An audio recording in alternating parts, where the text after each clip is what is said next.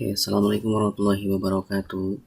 Eh, Terima kasih pada rekan-rekan semua yang menyaksikan video ini untuk pertemuan 3 ya, minggu ketiga mata kuliah teknologi web service.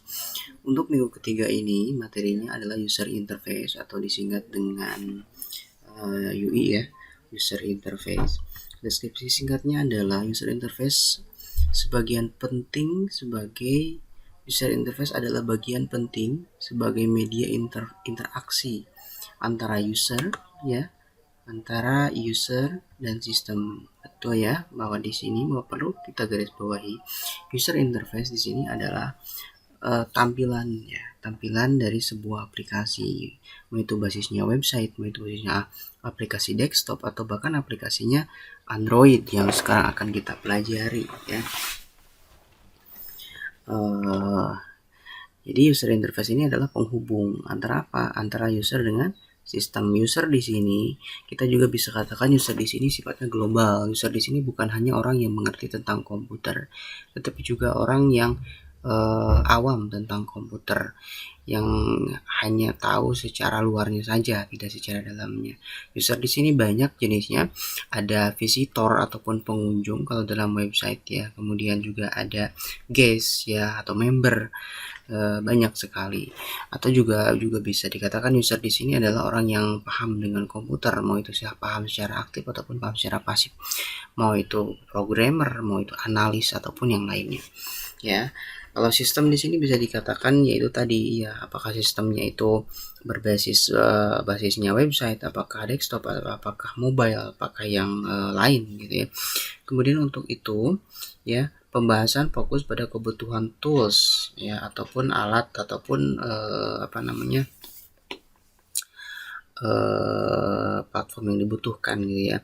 Fokus pada tools yang dilengkapi dengan tahapan instalasi. Jadi teman-teman nanti ada proses instalasi dulu sebelum nanti masuk ke prakteknya. Kemudian ada pengenalan komponen UI di Eclipse, kemudian pengenalan UI atau menggunakan bahasa pemrograman Java ya. Jadi bahasa yang kita gunakan sekarang adalah Java. Kemudian mendesain user interface, kemudian tahapan pengembangan coding ya. Coding di sini juga bisa dikatakan istilahnya syntax atau source code mungkin ya. Kemudian menjelaskan emulator ya, emulator di sini sifatnya untuk simulasi ya. Kemudian testing dan pengujian. Kemudian emulator juga bisa dikatakan alat bantu ya, kan. Kemudian untuk tujuan pembelajaran dari pertemuan 3 ini adalah setelah mendapatkan materi ini atau user interface ini, mahasiswa mampu yang pertama memahami tools bahasa pemrograman, dalam hal ini adalah Java ya, Java Mobile. Kemudian memahami komponen Eclipse ya, kemudian ada mengenal library dan menerapkan bahasa pemrograman Java untuk menghasilkan user interface. Nah, itu Eclipse sendiri ya. Jadi perlu digarisbawahi rekan-rekan. Untuk Eclipse sendiri, barangkali teman-teman di sini mungkin ada yang sudah pernah mempelajari Eclipse atau mungkin yang sudah expert di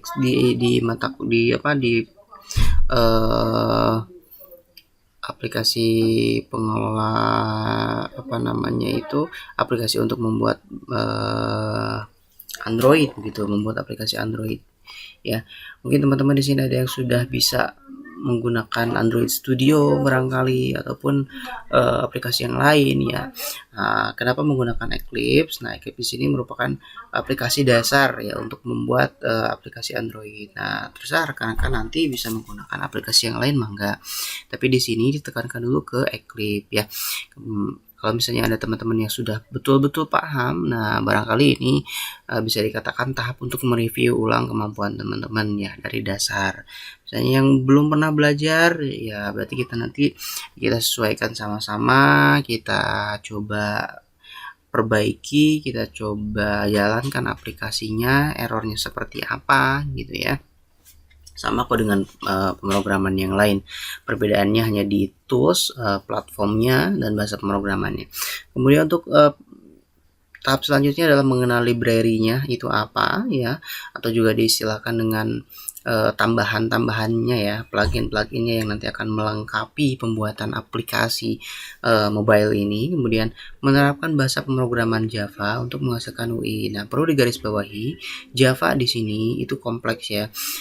Java ada yang Java sifatnya untuk Java desktop untuk membuat aplikasi desktop ya, seperti halnya VB, VBNet, VB Visual Basic ya. Tapi Java di sini lebih diidentikan dengan bahasanya yang full Java ya, Java desktop. Ada yang Javanya Java website juga sama ya, kalau tidak salah JSP itu namanya. Kemudian juga ada lagi yang namanya Java mobile yang sekarang kita pelajari ya, untuk menghasilkan user interface. Untuk tools yang dibutuhkan apa saja? Yang pertama, kebutuhan toolsnya adalah untuk membuat program aplikasi berbasis mobile atau Android yang mendukung web service. Kebutuhan tools yang harus disiapkan antara lain, yang pertama, Eclipse sebagai text editor ya, text editor. Meskipun banyak text editor untuk membuat website, tadi kita sebutkan ada yang namanya Android Studio. Nah, di sini ditekankan untuk untuk text editornya itu Eclipse ya, dan SDK. Nah, rekan-rekan boleh silakan download di link yang tersedia. Contoh misalkan saya download di sini, membuka link, kita cek di sini linknya seperti apa, dan itu sudah otomatis ke Google Drive ya. Rekan-rekan akan diarahkan ke Google Drive dan akan diarahkan langsung pada aplikasi dengan ekstensi .tar ya. Untuk ekstensi .tar sendiri, rekan-rekan silahkan download. Untuk kapasitas aplikasinya itu cukup besar ya, untuk kapasitasnya.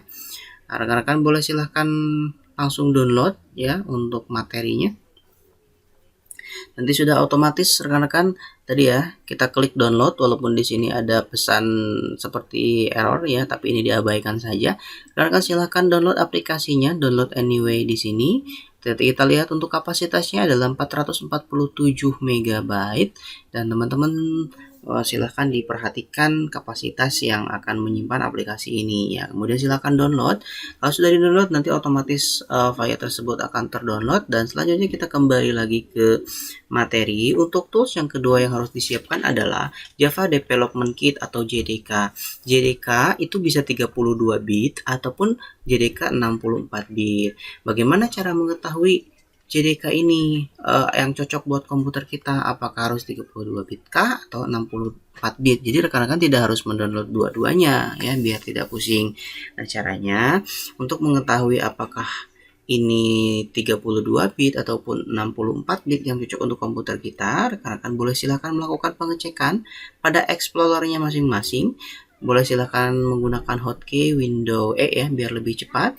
Rekan-rekan boleh silahkan lihat di bagian My Computer di sini, di PC ya, di PC.